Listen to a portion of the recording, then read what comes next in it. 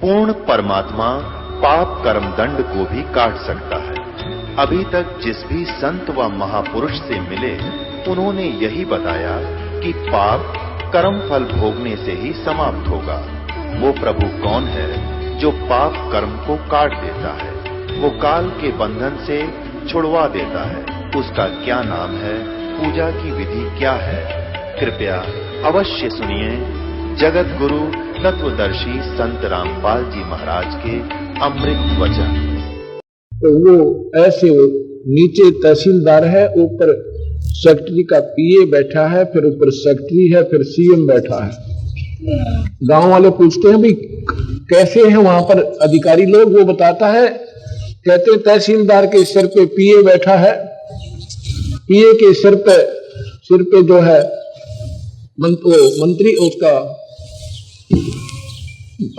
CM बैठा है, तो सेक्रेटरी बैठा है, सेक्रेटरी के ऊपर कहते सिर पे सीएम बैठा है। अब वो समझाने वाला अनजान था, वो तो अपने हिसाब से सही बता रहा था, पर समझनिए चूक कर गए। उन्होंने बता दिया कि एक दूसरे के सिर पर बैठे हुए। वो सिर पे नहीं, बीच में और पार्टी सन थी जिसका सपोर्ट न्यारा था। ऐसे ही ये लोग जैसे बीच में या गुरुत्वाकर्षण कहो, इसको प्रानंदनी शक्ति कहा सतगुरु ने। इसकी शक्ति के आधार से ये न्यारे न्यारे पार्टी समझ और अपने अपने स्थान पर ये टिके हुए हैं, ये ईश्वरीय शक्ति से रुके हुए हैं। यहां कहते हैं इनको कोई जानकारी समझे, बटक बीज विस्तार है, कोई समझे ज्ञान नरेश। एक वट वृक्ष होता है, वहां जड़ से चलती है, लंबा डाला पहुंच जाता है, मन 100 फुट लंबा, 50 फुट लंबा। वो वहां टहनियां भी नीचे को आ जाती है, वो कि ये कहां पे रुका हुआ है। ये रोकने वाली एक मूल और है पेड़ जो जिसको सबको रोके हुए है। ऐसे ये शक्ति सतगुरु की ये सारे ब्रह्मांडों को रोके हुए है। ये कबीर भगवान की शक्ति है जो सबको रोके हुए है। आगे बताते हैं, बंधन काटे विपत में कठिन कियो संग्राम, तीनों रे नर प्राणिया ये गरुड़ बड़ो अकराम। अब आगे सुनो आपके भगवान की। कहते हैं एक बार एक संत ऋषि ने एक ने साधना कर रखी थी नाग देवता की। उसने कहते हैं नाग फांस एक उसको शस्त्र दे दिया था। उसने वो नाग फांस शस्त्र छोड़ दिया, जिससे भगवान राम को भी ऐसे बांध दिया जैसे रस्से से बांध देते, नीचे न हाथ। और उन सर्पों ने जाकर के उनको ऐसे जकड़ दिया, सारी सेना को बांध दिया। और भगवान एक जड़ की तरह खड़े हुए हैं रामचंद्र जी। तो फिर कहते हैं गरुड़ जी से पुकार करी, भगवान नाम न छुटवाइए, हमारी रक्षा करो गुरुदेव। जब गरुड़ ने जाकर वो नाग जो ना खाए तो बंधन काटे, जब राम मुक्त हुए, अब बंदी छोड़ कहते हैं तीनों रे नर प्राणिया, यो गरुड़ बड़ा राम, ये भगवान राम बड़ा हुआ कि ये गरुड़ जी बड़े हो गए उस पे। ये भगवान है पर ये पूर्ण नहीं है, ये 3 लोक के ईश्वर है। और ये जो कथाएं हैं भाई, ये काल के अधीन है। ये काल भगवान है, यहाँ का सारी सृष्टि का 21 ब्रह्मांड का उसके पास रिमोट कंट्रोल है। और वही सबको नचा रहा है, वही कर्म करवाता है, वही जीव को फिर इसमें कर्मों में ही बांधकर और नचाता है। अब आप देखिएगा, एक समय की बात है, भगवान रामचंद्र जी की पत्नी को रावण ने उठा लिया था। और भगवान को मालूम नहीं कि उसकी पत्नी ने कौन उठा ले गया। ये मत समझना भक्तों कि मैं भगवान राम का या कृष्ण का एक द्रोही हूं या उनकी निंदा करता हूं। ये सच्चाई के आधार पर आपको तुलनात्मक बताना पड़ रहा है, इसलिए मैंने जिक्र करना पड़ रहा है, क्योंकि ये श्रेष्ठ ज्ञान भी हमारे समाज में नहीं आया। 3 लोग का भी अगर सही मार्गदर्शन हो जाए तो कबीर साहब की भक्ति 2 मिनट में सारे संसार का समझ में आ जाए। इसलिए हमने ये जीवन से शुरू करनी पड़ रही है। इसलिए थोड़ा सा नए व्यक्तियों को ऐसा लगेगा कि महाराज जी शायद भगवानों के निंदक हैं, बिल्कुल नहीं। जो की तो जो कह दी जा वह निंदा नहीं होती, उनके बारे में झूठ कपट मिलाना वो निंदा कहलाती है। भगवान राम को मालूम नहीं है कि सीता को कौन उठा लेगा, तो हम ये मन में प्रश्न आता था, किसी से पूछते थे जब हम कबीर पंथी नहीं थे।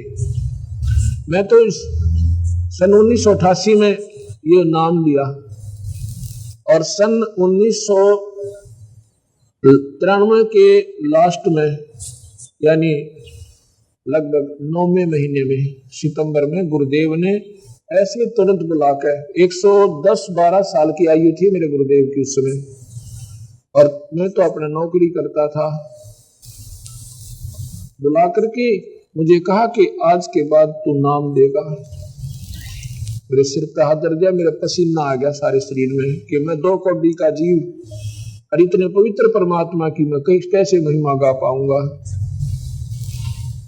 तो मैं उनकी आंखों से तरफ देख रहा हूं, वो भी जान गए कि ऐसा है, सा महसूस कर रहे हैं। कहता मैं तेरे साथ रहूंगा, घबराइए मत ना, और सतगुरु की शक्ति आपके सिर पर रहेगी। जब मुझे थोड़ा सा हौसला हुआ, उसके बाद ये मैंने सन 1994 से प्रचार शुरू किया। उसके 94, 95, 96, 97, 98, 99, 2000, अब 2001 हो गया। अब ये 7-7.5 वर्ष में 1.5 लाख नई कबीरपंथी संगत हरियाणा जैसे राज्य में, 1.5 लाख 7 वर्ष में। क्योंकि आज कोई नादान नहीं है दुनिया, सब समझते हैं 2 रोटी खाते हैं, और शास्त्र सबके पास उपलब्ध, इनको पढ़ कर देखो। ये मत समझना कि मैं शास्त्रों के बोझ मिटता हूँ, इनको उठाए फिरता हूँ, नहीं। ये तो आपके लिए कोई आकर खस्से और कहे जी आप झूठ बोल रहे हैं, ये शास्त्र उठा के दूंगा, ये पढ़ ले वीरा, मेरे से पीछे बात करना, ये आपके शास्त्र हैं। एक अंधा था, वो लालटेन लिए फिरे, अंधेरे में लालटेन ले रखी उसने हाथ में। बच्चे आ जाते हैं कि बाबा, वो कहता भाई देखना देखना, मुझे दिखाई नहीं दे रहा है। वो बच्चे कहते हैं बाबा तू लालटेन किस लिए ले रहा जब तुम्हें दिखता ही नहीं। कहता है आप आंखों वालों के लिए कहीं मेरे में टक्कर ना मार दो तुम। ये लालटेन इसलिए ले रखा है तुम आंखों वालों के लिए, कहीं मेरे में टक्कर ना आ मारो।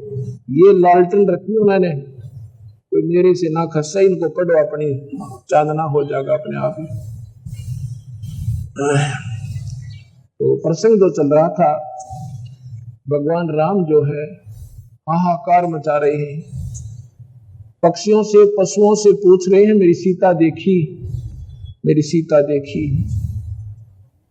तो हम क्या करते थे, किसी से पूछते थे कि भगवान होकर के ये क्यों रो रहे थे, और क्या उनको मालूम नहीं था कि सीता कहाँ गई। फिर भगवान कैसे, मन में कहा नहीं करते कैसे थे, क्योंकि हम डरते थे कहीं पाप ना लग जाए। लेकिन शंका आती थी तो ऐसे कैसे, क्या भगवान को तो मालूम तो होगा। तो जो हमारा मार्गदर्शक होता था वो कहता नहीं, वो तो लीला कर रहे थे, यहाँ लाकर छोड़ देते थे, वो तो लीला कर रहे थे। हम स्वीकार कर लेते थे कि लीला कर रहे थे, इसलिए कि 33 करोड़ देवता रावण ने बंद कर रखे थे अपनी कैद में। जिन देवताओं की आप पूजा करते हैं उनको तो रावण ने बांध कर कैद में डाल रखा था, और इन ऐसायों की तुम पूजा करते हो भक्तजनों, ये बहन बेटियां भाई, क्योंकि हमारी पूजा ही ढंग की नहीं है तो हम पाएंगे क्या। नास्तिक होता जा रहा समाज, भगवान का गुण मिलता नहीं क्योंकि हमारी वे ऑफ वर्शिप ठीक नहीं है, हमारी पूजा की विधि ठीक नहीं है। अब यहाँ अब सतगुरु के ज्ञान की रोशनी में अब हमें दिखाई देने लगा सही कि वो लीला नहीं कर रहे थे, उनको ज्ञान ही नहीं था।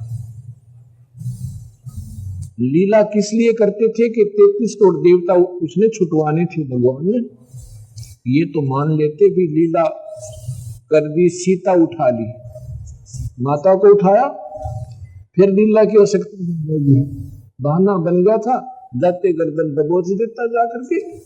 अगर बहाना ही बनाना था तो इतना बहुत था।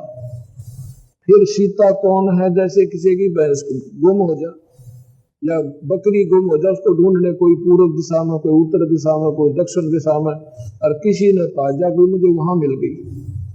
ऐसे हीट एंड ट्रायल मेथड से सीता ढूंढी गई।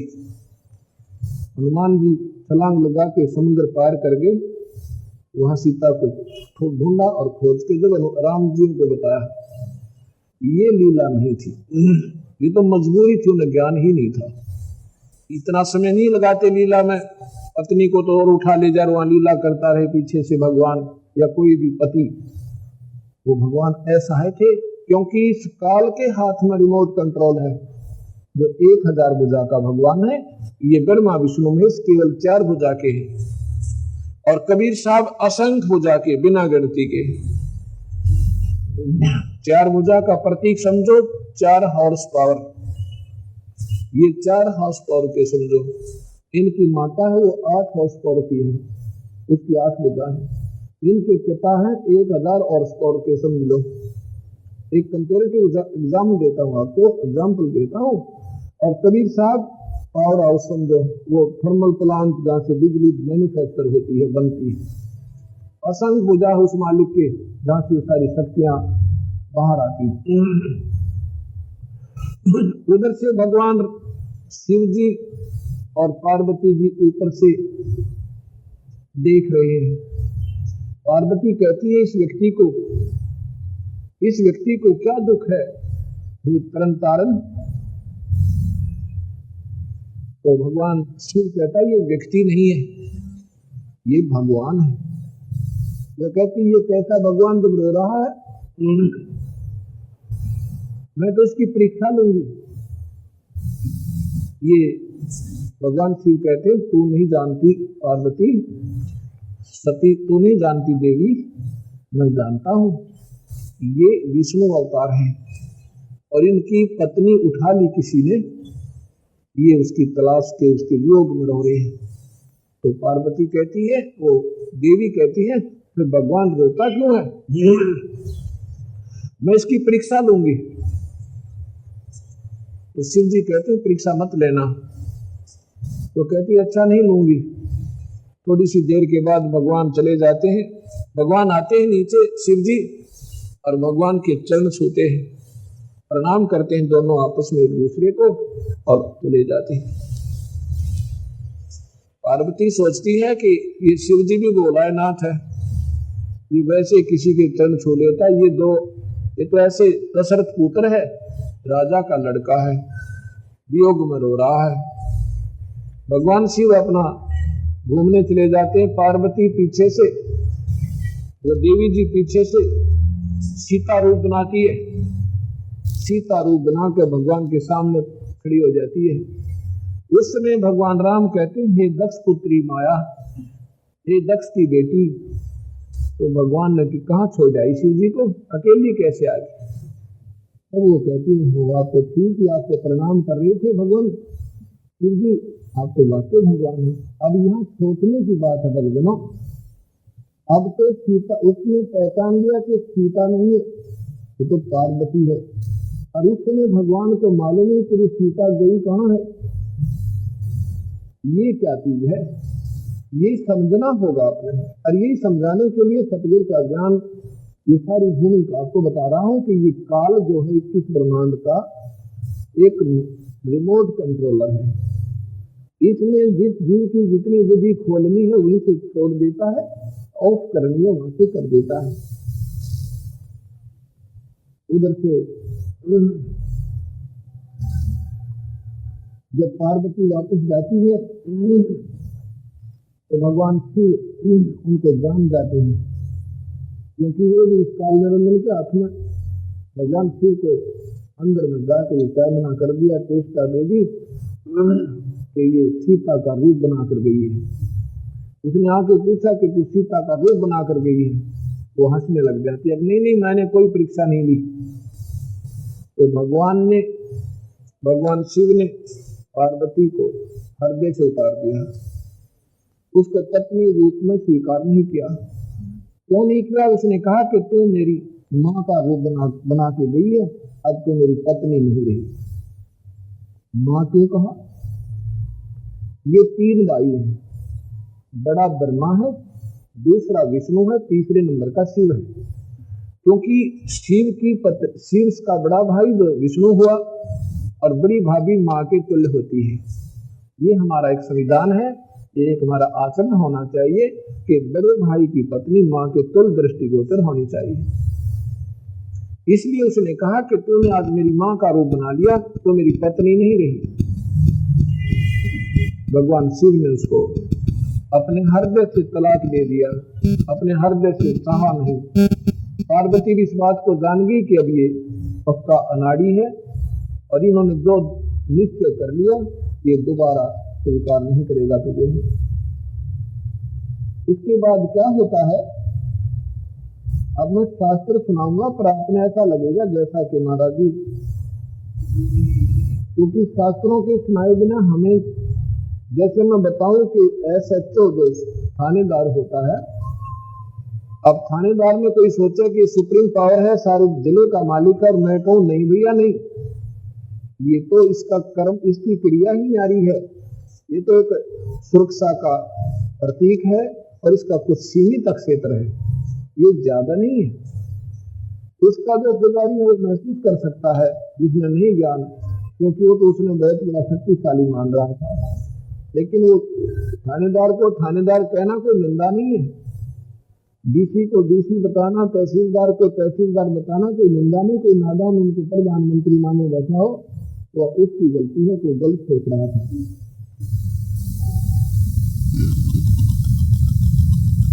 उसके बाद वो देवी जो है सोच लेती है कि यहाँ दो तो घर में सदस्य हम, अब दोनों आपस में बोल नहीं रहे, तो मैं यहाँ से खिसक जाती हूँ। अपने पति, अपने पिता राजा दक्ष के यहाँ जाती है। पार्वती ने जबरदस्ती यानी ऊपर से होकर माता पिता की आज्ञा के विपरीत शादी की थी भगवान शिव का, क्योंकि उसके पिता राजा दक्ष कहते थे कि मैं शिव का शादी नहीं करूंगा अपनी बेटी की, क्योंकि ये तो गले में सर्प रखता है, राख लपेटे रहता है, इसको मैं शादी नहीं करूंगा। लेकिन पार्वती ने अपने हृदय से स्वीकार कर लिया था। नारद जी ने उसे बता दिया था कि ये परमात्मा है, बेटी तेरा संयोगिनी से है, माई तेरा संयोगिनी से।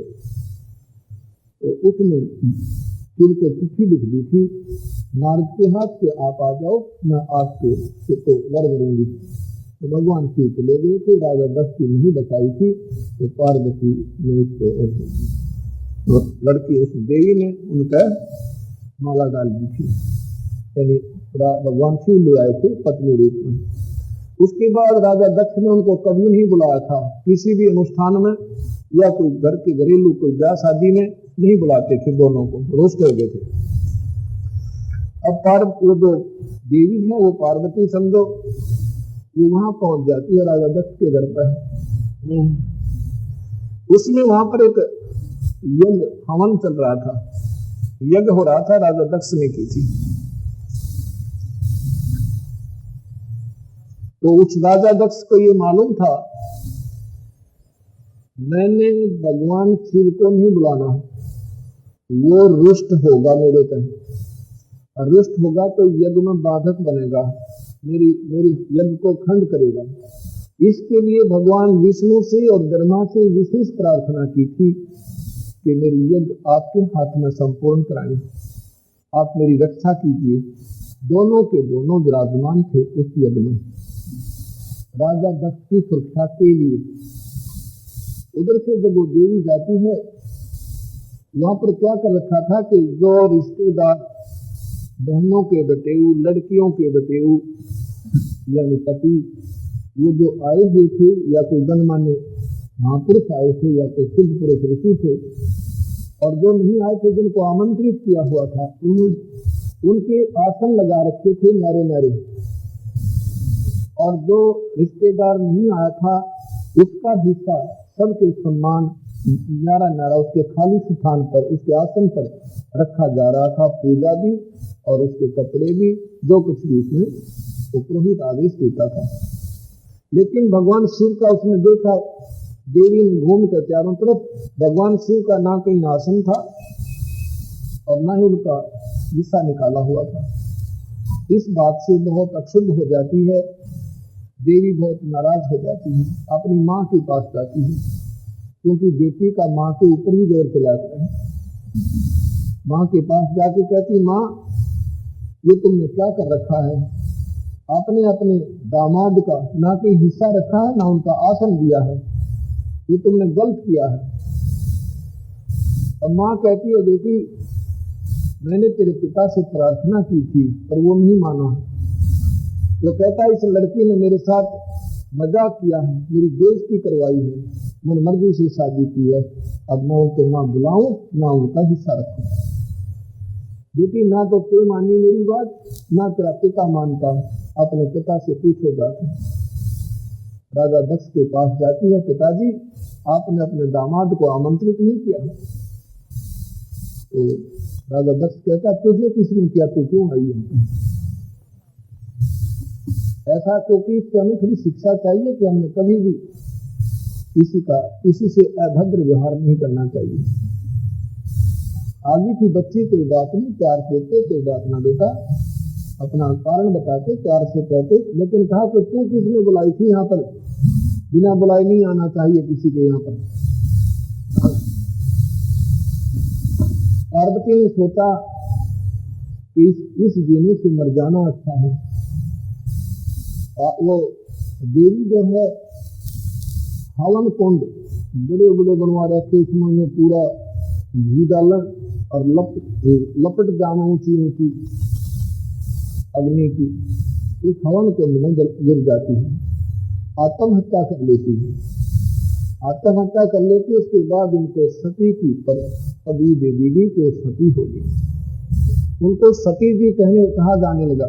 इधर से भगवान शिव ने इस बात का ज्ञान हुआ कि ऐसे ऐसे पार्वती का अनादर हुआ सती जी का, और उन्होंने आत्महत्या कर ली। कहते भगवान शिव ने अपने बालों से एक बाल पाड़ा जटा से और जमीन पर पटक दिया। ये शिव प्राण रखा मेरे पास, तो ये ना समझना कि महाराज जी भगवान की वैसे अपने घर पे कथा गाते होंगे। ये शिव प्राण मेरे पास रखा, इसमें न्यू का लिख रखा है। उसने एक बाल पाड़ा, जमीन पर पटका, उसमें से कहते हैं एक कालभद्र की उत्पत्ति हुई, वीरभद्र की। वीर दो बहुत ऊंचा लंबा चौड़ा, और कहता आदेश तो भगवान क्या करना है। भगवान शिव ने आदेश दे दिया कि राजा दक्ष की गर्दन उतार दे जाकर,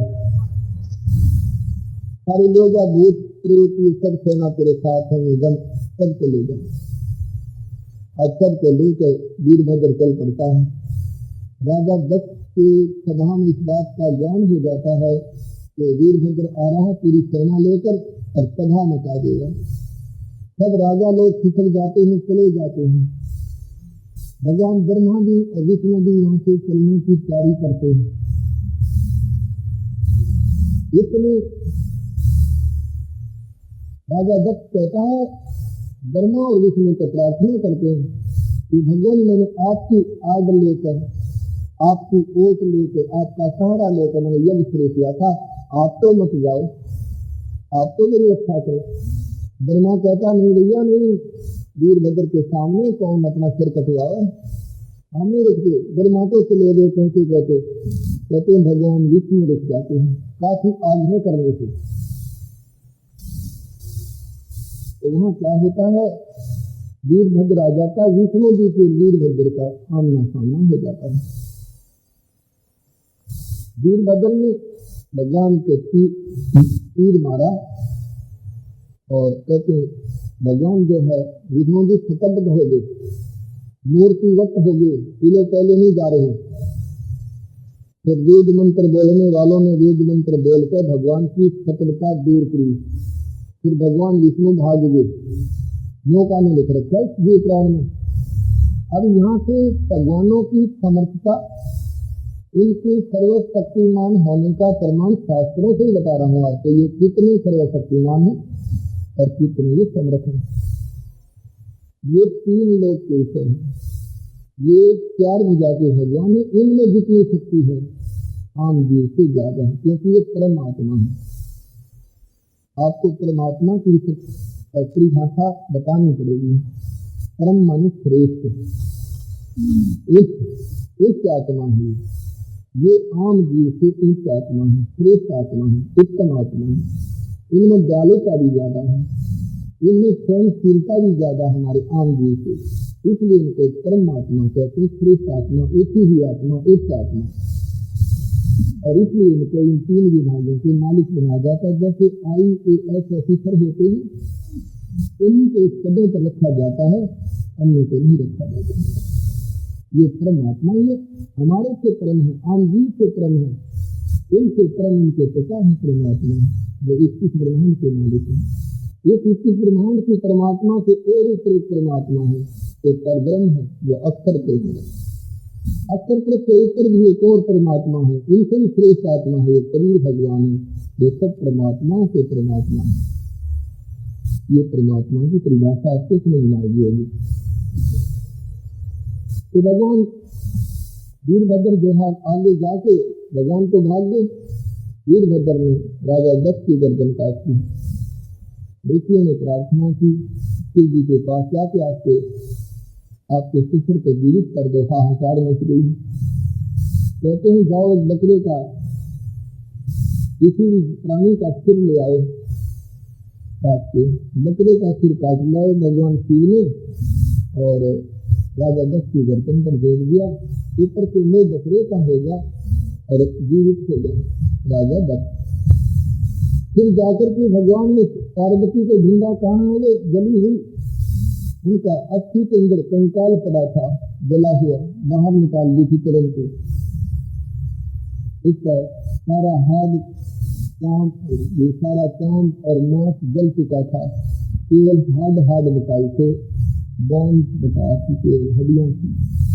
इस अस्थि पंजर को फिर भी पार्वती समझकर इतना उसके अंदर मोह उत्पन्न हो गया, इतना मोह उत्पन्न हो गया कि अंधा हो गया। इस कंकालों को उठाकर भगवान 10,000 वर्ष तक के लिए ऐसे हाहाकार करता हुआ, रोता हुआ पार्वती बिलखता हुआ घूम रहा है और उसको अपनी छाती से दूर नहीं कर रहा है। अब यहाँ सतगुरु महाराज कहते हैं, इस काल भगवान ने ये 5 विकार जीव को लगा रखे हैं, काम, क्रोध, मोह, लोभ और अहंकार। कामदेव है विषय वासना, जो संतान उत्पत्ति होती है जिससे, इसको काम कहते हैं, सेक्स जिसे कहते हैं। इसमें 10,000 हाथियों जितनी ताकत है, 10,000 एलिफेंट पावर। और फिर उसके बाद क्रोध, इसमें 15,000 हाथियों जितनी ताकत है। और फिर काम, क्रोध, लोभ, इसमें 20,000 हाथियों जितनी शक्ति है। और मोह के अंदर 30,000 हाथियों की शक्ति है। इतना हमारे अंदर ये 5 कैप्सूल दे रखे हैं, हमारे अंदर काल में ये 5 इंजेक्शन लगा रखे हैं, जो समय समय पर जीव को नचाते रहते हैं। ये जीव के दस्ता नहीं है, ये तो सतगुरु कबीर भगवान दिन से ऊपर की शक्ति है। उसकी साधना से विकार नॉर्मल होते हैं, इस सत्यनाम के सुमन से ये नॉर्मलाइज होते हैं। नहीं तो आम जीव को देखी सुखी साधना कर कहता है मैं इनको खत्म कर लो, कभी नहीं होगा। ये प्रमाण में इसलिए दे रहा है, इसमें कई आपको पर्सन आपको सुलझेंगे। यदि फिर देखा भगवान ने, विष्णु जी ने, कि भगवान शिव के प्रति अंधे हो गए, इनको कंकाल नजर नहीं आ रहे, इनको पार्वती नजर आ रही है, इनका मोह भंग किया जाए। भगवान ने सुदर्शन चक्र छोड़ा और इसके अस्थि पंजर खिला दिए। आंख पड़ी हुआ नैना देवी, गद पड़ा हुआ वैष्णो देवी, ये मंदिर बना दिए बाद में। उन मंदिरों में वो शक्ति नहीं है। यही तो हमारी भूल है कि हम भगवान ने जिन चीजों को मना किया और उनको हम बढ़ावा देते जा रहे हैं। भगवान ने मूर्ति पूजा बंद की और मंदिर नहीं बनवाए। हमें मंदिर की आवश्यकता नहीं, ये हमारा मंदिर है जो शरीर के अंदर बना हुआ है। एक भगवान कहने लगा कि आप मूर्ति को प्रणाम करते हो और कहते हो मूर्ति की पूजा मत करो, आप स्वयं मूर्ति पूजो को। अब इस नादान में कौन समझाए, क्योंकि वो बेचारों में ज्ञान ही इतना मिला हुआ है। पूजा क्या चीज है और परिणाम क्या चीज है। Parinam is the part of the puja. ये पूजा नहीं है, ओनली रिगार्ड अपने इसको। जब हम अपने इस मन पाती अहंकार रूपी राक्षस को मारने के लिए कि हमारे सामने स्वरूप सतगुरु का है, नमन कर दिया, ओनली रिगार्ड दिया, पूजा नहीं की। पूजा की बहुत लंबी चौड़ी व्याख्या है। पूजा के अंदर सर्व सब चीजें आ जाती हैं, दान भी, धर्म भी, हवन भी, सिमरन भी, ये सब मिलाकर पूजा कहलाती है। एक प्रणाम कर देना पूजा नहीं, ये रिगार्ड ओनली, ये आदर है सतगुरु का, ये पूजा नहीं है। और इसको हम कहे वो पत्थर की है तो कागज की हमारे लिए उस ईश्वर का स्वरूप दिखाई देता है, इसलिए हमारा हर गदगद भर जाता है। सतगुरु ने केवल इस बात पर आश्रित कर देना हो जाना कि ये भगवान शिव की मूर्ति है, ये भगवान है, इस पर पूजा करो, इस पर पानी चढ़ाओ, पतासे चढ़ाओ, फूल चढ़ा दो और ये मूर्ति भोग लगाओगी। नहीं, इस मूर्ति का बनाना, इस भगवान के गुणों को याद दिलाना। जैसे हम कोई गंदी पिक्चर देखते हैं, तस्वीर, हमारे अंदर गलत प्रेरणा आती है। हम किसी ऋषि की देखते हैं तस्वीर, आत्मा भगवान की तरफ आकर्षित होती है। ये मीडिया है, ये सेंटिमेंटल है। परमात्मा की स्वरूप, परमात्मा की स्वरूप देख के इसके गुणों का याद आता है, लेकिन उस मूर्ति में वो गुण नहीं है, इसलिए इसको अपूज्य भी बताया है। अपूज्य सूत्र है कि केवल मूर्ति पर जल चढ़ाना, उसी की आरती उतारना, उसी पर सब कुछ सीमित हो जाना, ये पूजा नहीं है। ये इसलिए मना किया है कि ऐसा नहीं है, तो इस प्रकार ये पूजा नहीं है, ये केवल अपने इष्ट का हम आदर करते हैं। तो जैसे मैंने कल परसों बताया था कि फूल एक मिट्टी का बना के धर दिया, पत्थर का, और बहुत बढ़िया उस पर रंग पेंट कर दिया एज इट इज बिल्कुल, और वो फूल नजर आता है। इसको देखकर फूल के गुण याद आए कि वो बहुत मीठा होता है। इसको खाकर देखा, इसमें मीठा नहीं है, इसलिए तो याद दिला कि ये चीज बहुत अच्छी है, ये कहाँ मिले, कैसे मिले, इसकी ट्राई करे, कोशिश करे वो कैसे मिले। भगवान की मूर्ति देख कर हम ईश्वर को याद आता तो हम सिमरन पर लग जाते हैं। भगवान ने कहा कभी साहब ने कि सांस सांस में नाम जपो, बरखा सांस में खो ना जाने सांस का बिना आवन हो ना हो। ये मूर्ति देखते ही हमारे हर जगह सिमरन शुरू हो जाता है। ये मूर्ति इतना लाभ देती है, इसलिए बनाई थी। लेकिन अब इन मूर्तियों पर ही सब आधारित हो जाना, मंदिर में गए, पानी चढ़ाया और फिर अपने सारे विकार किए। और उस भैंस के अंदर क्या अंतर रहा? बस वो भी अंधी होगी, उसने देखा नहीं कि ये भूस भरा हुआ है, इसको अपना बच्चा दिखाई दे रहा था। ऐसे ही भगवान शिव ने बस अंधा होकर वो पार्वती कंकाल जो है वो पार्वती नजर आ रही थी। अब ये निंदा नहीं समझना, क्योंकि मैंने साफ साफ प्रार्थना करनी पड़ती है कि नादान। जब भगवान का मोह भंग होता है शिव का, एकदम वो बहुत पश्चाताप करता है। उनने मन में क्या ठान लिया कि अब मैं इस शख्स को, इस कामदेव को खत्म करूंगा, यही मेरी दुर्गति का कारण बना। अगर शख्स नहीं होता, काम नहीं होता, तो मैं शादी नहीं करता, और शादी नहीं करता तो पार्वती का ये हाल नहीं होता और ये मेरी दुर्गति ना होती। उन्होंने 88,000 वर्ष तक अपना मेडिटेशन करके, मनन करके, आत्मचिंतन करके 88,000 वर्ष तक समाधि लगाई कैलाश पर्वत पर जाकर। उसके बाद उनकी समाधि टूटी और उनको हो गया कि मैंने कामदेव पर विजय पा ली। उनको पक्का विश्वास होगा कि अब ना रही बांस, ना बजेगा बंसुरी। अब ये काल बहुत बली है, ये काल भगवान। कुछ दिन तो प्रसन्न रहा भगवान शिव, एक दिन उनके मन में प्रेरणा भर दी काल भगवान ने कि चलो भगवान विष्णु के पास चलते हैं। मैंने सुना है कि भगवान विष्णु ने, जब हमने सागर मंथन किया था जहर निकला था। मैंने तो जहर पी लिया था, मुझे कोई होश नहीं बाद में क्या हुआ।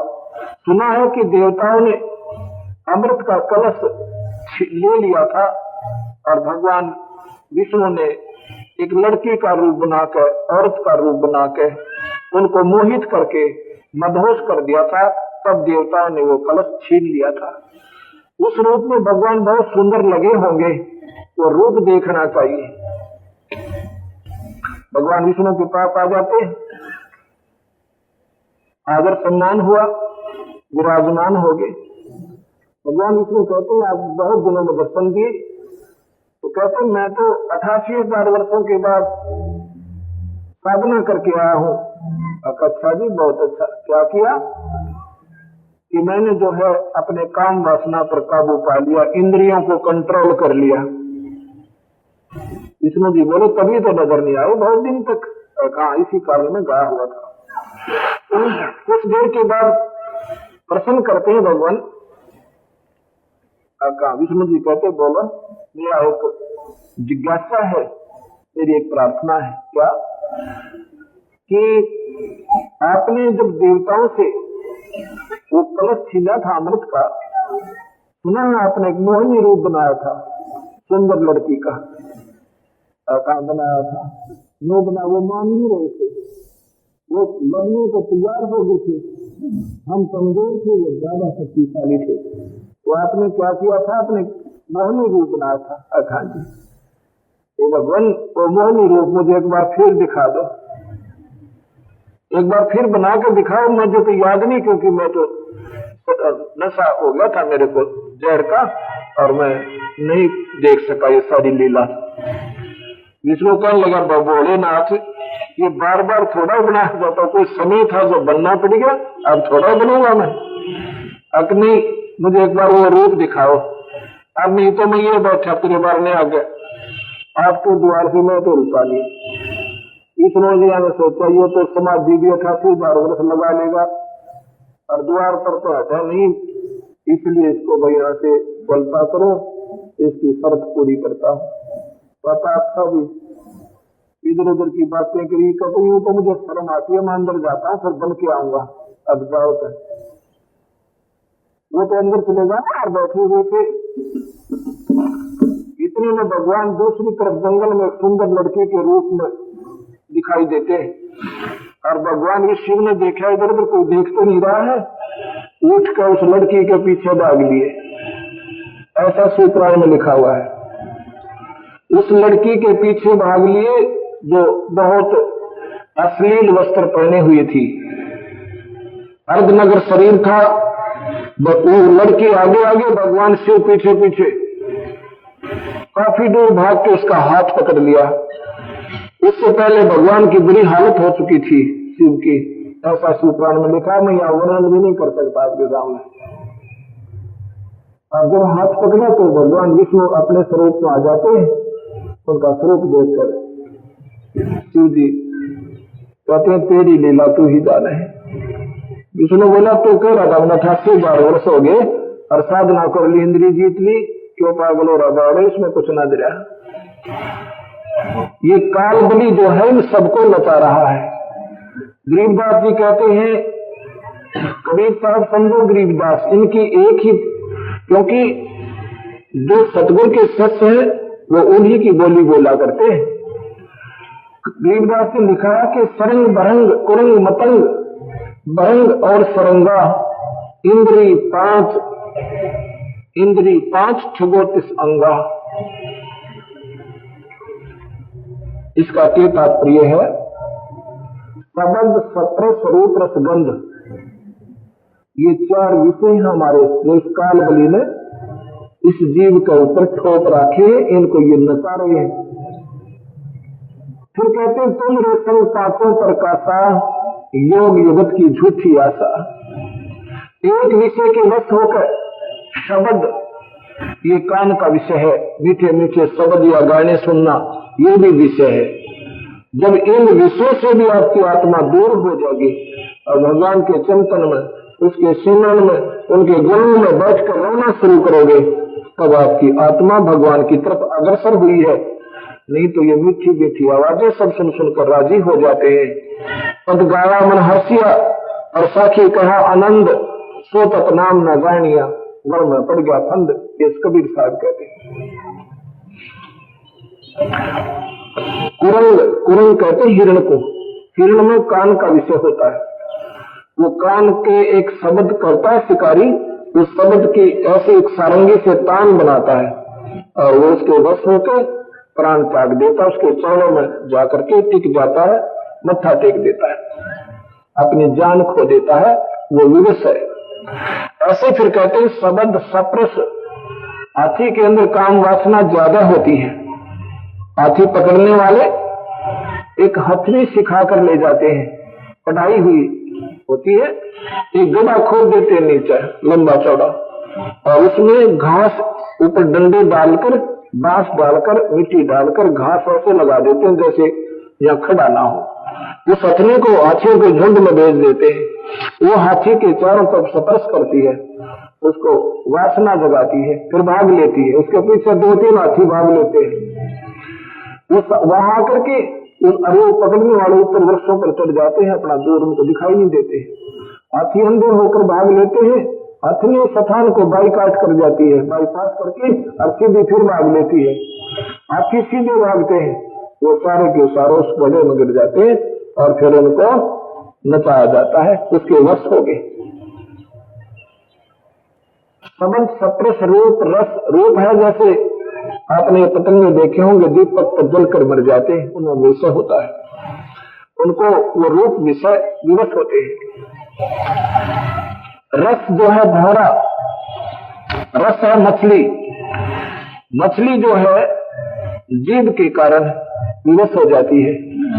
मछली पकड़ने वाला एक मांस का टुकड़ा और एक हुक में डालता है, लोहे के हुक में, कांटा कहते उसे, और पानी में छोड़ देता है, वो नादान उसको खाने के लिए मुंह लगाती है, वो खींच देता है, उसके ऊपर उसके मुख में वो कांटा फंस जाता है और बाहर पटक देता, उठा के रस के कारण वो मर गई, जान खो दी। और गंध, भावना जो होता है फूल के ऊपर बैठ जाता है, जो बड़े फूल होते हैं उसमें इतना विवश हो जाता है, उस पर उठा नहीं जाता और वो फूल बंद हो जाता है, शाम को वो 12 घंटे में मर जाता है, उठता नहीं। यहाँ देवदास जी कहते हैं कि तुम रे संग पांचों पर कासा, इस मनुष्य शरीर में काल ने ये पांचों ही लगा दिए कि कहीं ये भक्ति ना कर ले, कहीं इसका छुटकारा ना हो जाए। तुम रे संग पांचों पर कासा, योग युगत की झूठी आशा। अब भगवान शिव जैसे महापुरुष 88,000 मेडिटेशन मननशील, ये भी नहीं यहाँ से पीछा छुटवा सके। सतगुरु महाराज कहते हैं ये तुम्हारी झूठी आशा है। मैं बताता हूँ आपको सतनाम देंगे हम। सतनाम है सांस का सिमरन, सांस को सांस सिमर कर उसके शरीर खत्म हो जाते हैं, ये विकार नॉर्मलाइज हो जाते हैं, आपको याद भी नहीं आएंगे, ऐसी स्थिति में आप आ जाओगे। वो सिमरन सतनाम है। सतनाम के बाद फिर भक्ति के आप योग्य बनोगे, उसके बाद सार नाम दिया जाएगा, तब आपको उपलब्धि होगी। केवल सतनाम से भी जीव की मुक्ति नहीं है। सतनाम आपको भक्ति के योग करेगा, उस परमात्मा की प्राप्ति के योग होगे और फिर परमात्मा प्राप्ति का सार नाम मिलेगा। जब जाके हमारे कबीर भगवान की पूरी पद्धति होती है, यानी भक्ति का जो मार्ग पूरा प्रशस्त होता है। जैसे जमीन से पानी निकालना है, जमीन से पानी निकालना है, ट्यूबवेल लगाना है, हैंडपंप लगाना है, उसके लिए क्या होता है, एक या तो ड्रिल मशीन से या ऐसे बोकी के द्वारा लोहे का पाइप सा होता है, उसके माध्यम से बार बार ऐसे बोकी लगाई जाती है। ये सांस उसास रूपी बोकी सतनाम से लगाई जाएगी। वो क्या करेगी, पानी तक पाइप को पहुंचा देगी। बस उस बोकी का काम है पानी तक पहुंचा दिया, पानी बाहर नहीं आया। इसके लिए फिर मशीन बांधनी होती है, हैंडपंप की नारी, उसने फिर पानी बाहर किया। सतनाम आपको उस सतनाम आपको पार ब्रह्म के अंतिम छोर तक पहुंचा देगा। पार ब्रह्म के बाद हमने पूर्ण ब्रह्म के अंदर जाना है, वो लाभ लेना है, वो सार नाम रूपी हैंड पंप आपने और लेना होगा जब वो पूर्ण प्राप्ति होगी। इनका क्योंकि नाम जो है सतगुरु ने नाम का ही आसरा, शब्द के सहारे जीव जाएगा। कोई न सोचे कि वैसे ही हो जाएगा, ऐसा नहीं। सतगुरु ने कहा है कि सांस सांस में नाम जपो, इसलिए कोई जपने का नाम है और सांस के ही द्वारा है। उसी का प्रमाण गरीबदास जी ने दिया, जो कबीर साहब ने डायरेक्ट उनको नाम दिया था। लिखा हुआ अपने शास्त्र में, गरीबदास जी ने, कबीर साहब ने धर्मदास को भी नाम दिया सतनाम। वो लिखा हुआ कबीरपंथी शब्दावली में कि धर्मदास को ये मंत्र दिया और इसका सिमरन बताया कि धर्मदास अंतिम सांस तक इस सतनाम का सिमरन करना, और फिर मैं तुझे सारनाम दूंगा। ये सारनाम के योग्य बहुत कम प्राणी होते हैं, लेकिन सतनाम भी निष्फल नहीं जाता। मुक्ति नहीं होगी तो मनुष्य शरीर आपको अवश्य मिलता रहेगा। हो सकता है फिर परमात्मा स्वयं आ जाए या हमारे जैसे जीव की ड्यूटी लाकर आपको फिर सुलझा जाए। तो इस प्रकार धर्मदास को कहा, धर्मदास तो लाख दुहाई, ये सार शब्द कई बार नहीं जाई। आम व्यक्ति को नहीं बताने योग्य होता। 64 लाख सस्ते सतगुरु के, उन 64 लाख में से एक धर्मदास था जिसको मालिक ने सार शब्द दिया था। अन्य योग्य नहीं हो पाए, बल्कि वो तो सतगुरु में विकार निकाल कर, सतगुरु में बुराई ढूंढ कर उनसे दूर हो गए थे। ये अब आज और कल में सतगुरु की महिमा बताऊंगा आपको। अभी आप सुन रहे थे कि बसी सरप ने जब जाए पुकारी इंद्रमती अकुलाए, आपने तुरंत करी साहेब बहुली मंत्र सुनाने वाले, बंधन सतगुरु सत कबीर भगत की पीड़ मिटाने वाले। एक चंद्र विजय नाम का द्वापर के अंदर एक राजा हुआ, उसकी पत्नी का नाम श्रीमती इंदुमती था। इंद्रमती भी कहते हैं उसको, इंदुमती भी कहते हैं। वो बहुत धार्मिक विचारों की आत्मा थी।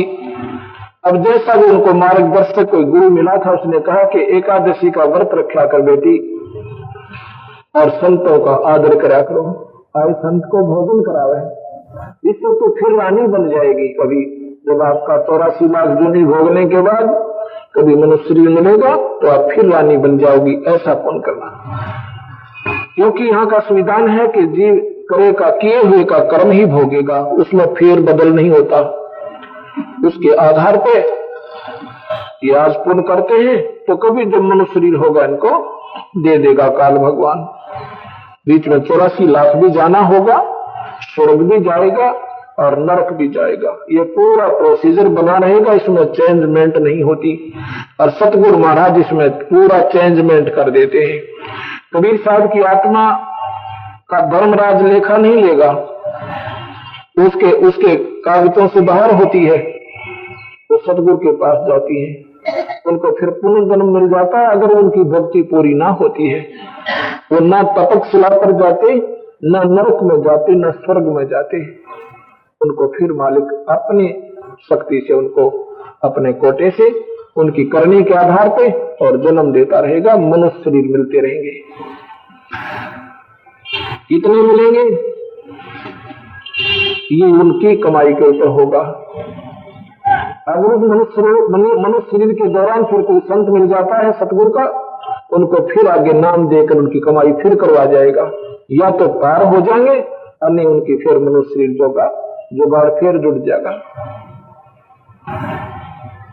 तो इंद्रमती ने क्या सोचा, अगर ऐसे ही रानी बनते हैं तो उसने संकल्प कर लिया कि रोज आना एक महात्मा को भोजन कराऊंगी। ज्यादा आ जाए तो मेरे भाग, कितने आओ पर कम से कम एक को, महापुरुष को, भक्त आत्मा को रोज आना भोजन कराऊंगी। पीछे भोजन किया करूंगी ताकि मैं भूल ना जाऊं। उसने ऐसा ही सब आसपास अपना संतों से आमंत्रित करें। कोई रोजाना 100, कोई 200, कोई 5, कोई 20 रोजाना भोजन खाने आ जाते हैं और बाद में रानी रोटी खाती है, भोजन पाती है। एक बार क्या होता है, कुंभ का मेला आ गया, ये सभी महात्माओं कुंभ नहाने चले गए और इंद्रमती को 3 दिन कोई संत नहीं मिला। रानी ने भी रोटी नहीं खाई। चौथे दिन अपनी बांदी से कहती है कि बांदी, हे दासी अघा जी कि चौबारी पर चढ़ कर देखो कोई संत दिख जावे है, नहीं तो आज तेरी रानी मर जाएगी, तेरी रानी नहीं रहेगी, मेरे प्राण निकलने वाले हैं। जब बांदी ने ऊपर चढ़ कर देखा तो कबीर भगवान, ये परमात्मा एक संत रूप में आने लग रहे हैं। सफेद कपड़ा, दाढ़ी बड़ी हुई। रानी से आकर कहती है कि एक बहुत ही अच्छी आत्मा, बहुत ही अच्छे साधु नजर आते हैं और हैं सफेद कपड़ों में, क्योंकि हमारे समाज में लाल कपड़ों को ज्यादा महत्व देते हैं कि गेरुए कपड़े हैं तो महात्मा है, अन्यथा नहीं।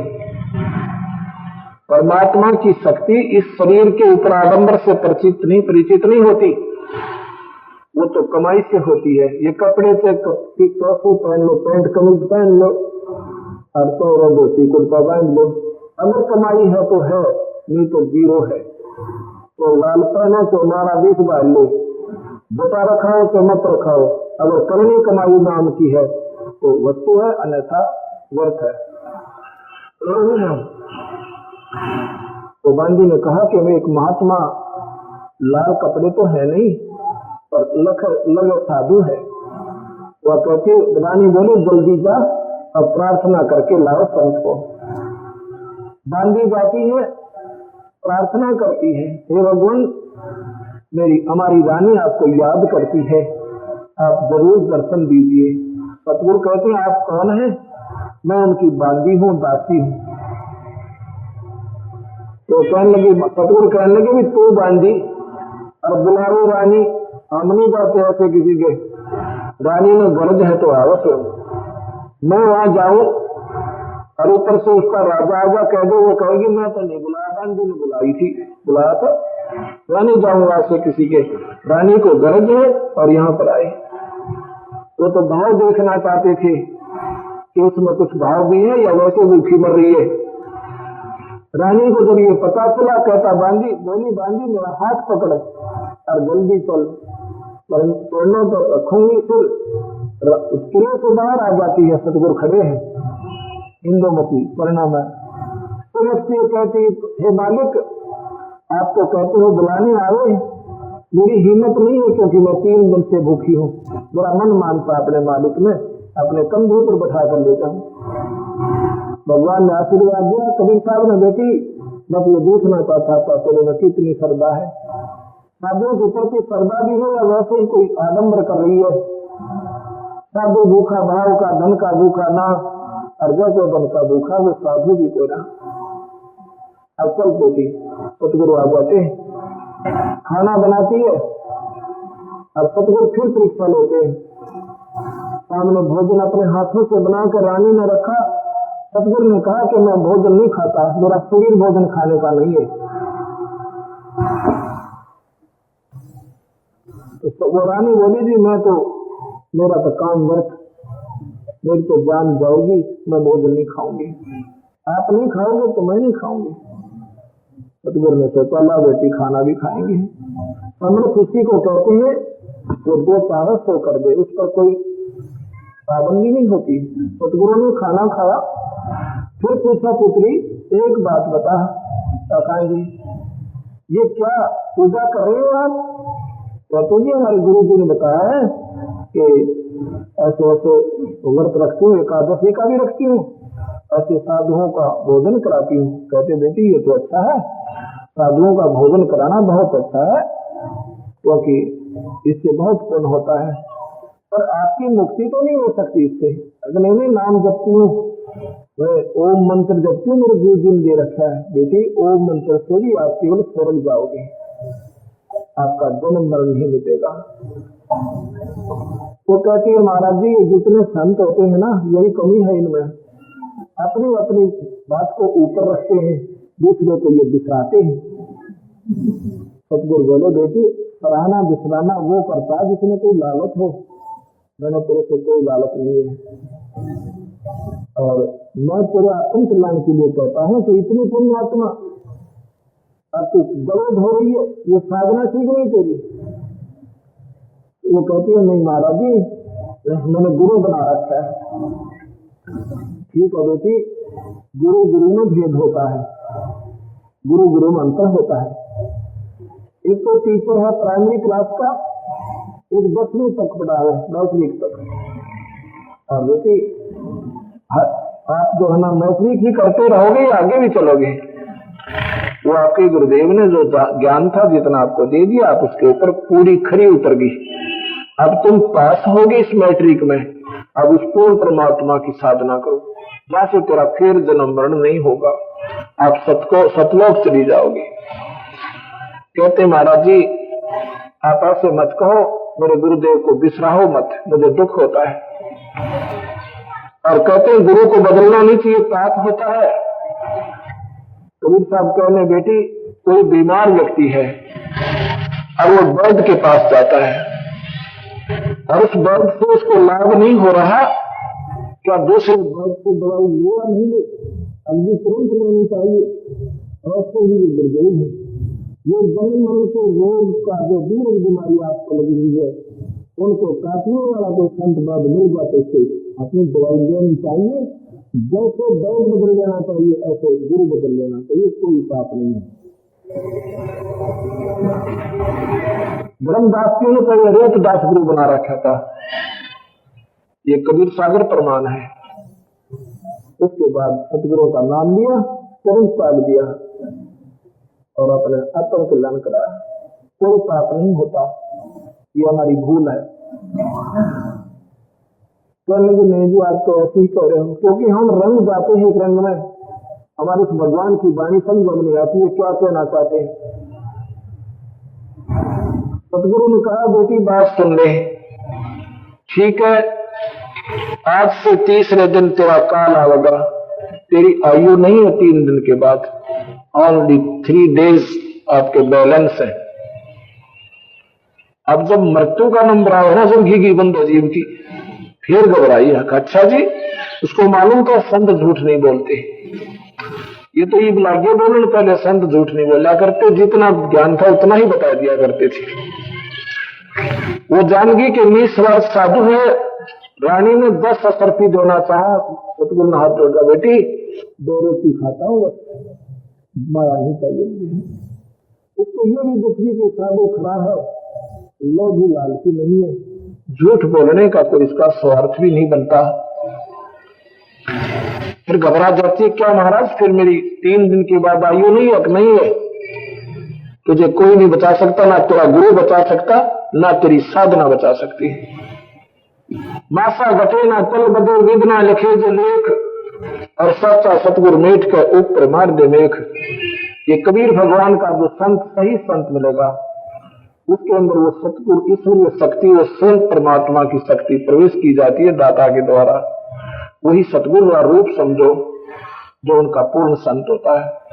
कहते हैं सतगुरु कबीर भगवान ही इस दुख में मिटा सकते हैं, वो कर्म आयु में बढ़ा सकते हैं, कर्म के लेख मिटा सकते हैं, और काल के लिखे हुए लेखों को मिटा सकते हैं। ना ब्रह्मा मिटा सके, ना विष्णु, ना शिव, और तो शक्तिशाली कोई है कोई नहीं। तो कहते हैं मैं नाम ले लेती हूँ जी, अगले फिर नाम लिया, उपदेश मंत्र दिया सतगुरु ने, कहा कि तीसरे दिन काल आएगा और मेरा स्वरूप बना कर आएगा, बेटी इससे बात मत करना।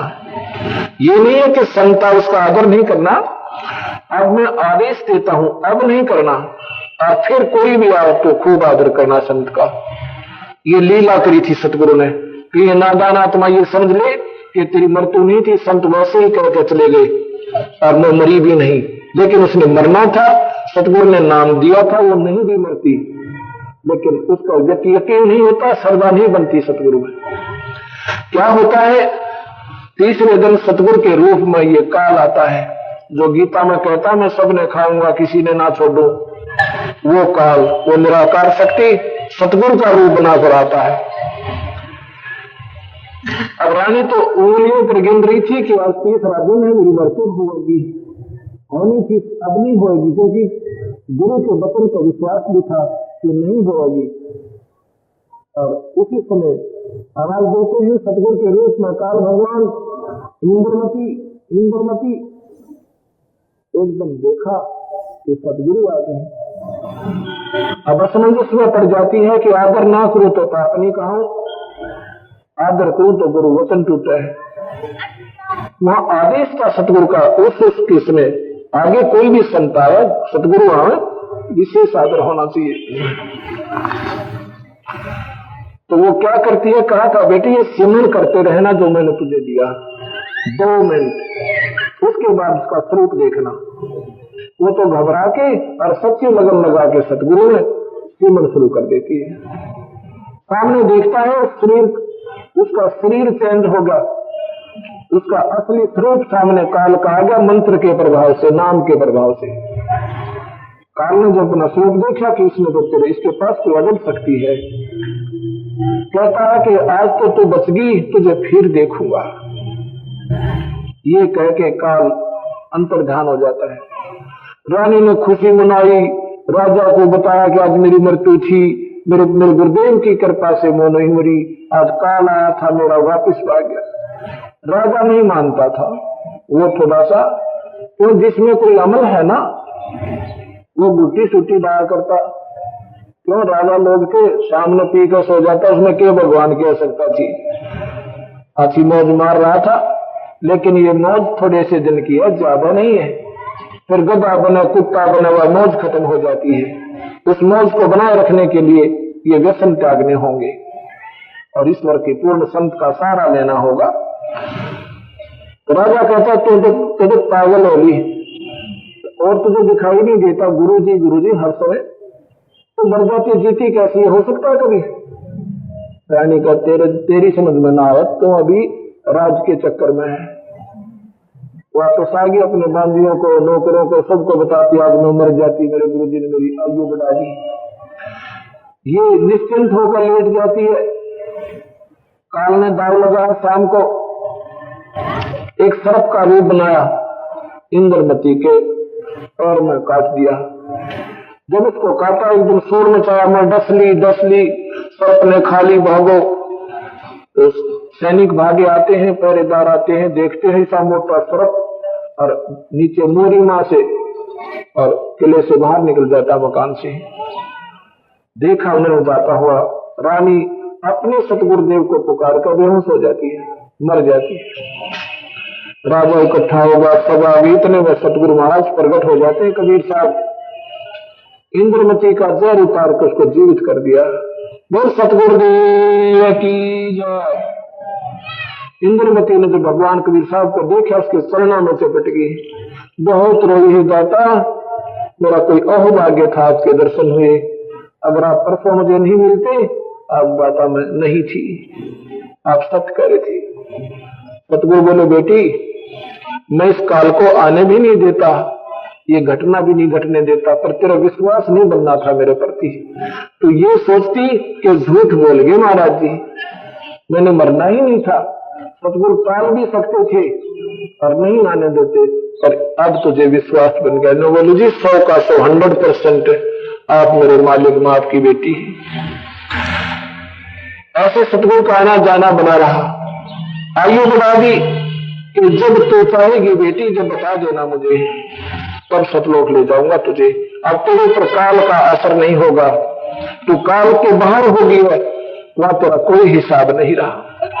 लेकिन आन उपासना नहीं करना, ना कोई व्रत रखना, ना देवी देवता पूजना, जो नाम मैंने दिया ये साधना करना, और जो आरती में दे चला इसकी आरती करना।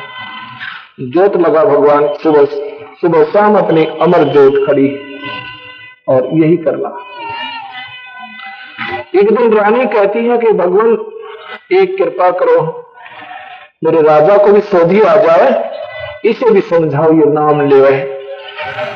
ये तो नादान इस राज के नशे में अंधा हुआ पड़ा है, मैंने बहुत कहा पर नहीं मान रहा। भगवान कबीर साहब कहते हैं कि राजा आप नाम लो। वो कहता देखो जी बात सुनो, देखो गुरुदेव ये रिसीवर मैं नाम नहीं लूंगा, लेकिन आपकी चेली को मना नहीं करता ये कितना भंडारा करो और कितना ही पुण्य करे, मैं इसमें बाधा भी नहीं बनूंगा, पर मैं नाम नहीं ले सकता। मेरी कुछ ऐसी समस्याएं हैं भाई, मैं तो पार्टी में जाना पड़ता है, महफिलों में बैठना पड़ता है। सतगुरु बोले महफिलों में गोटियां लाना जरूरी है।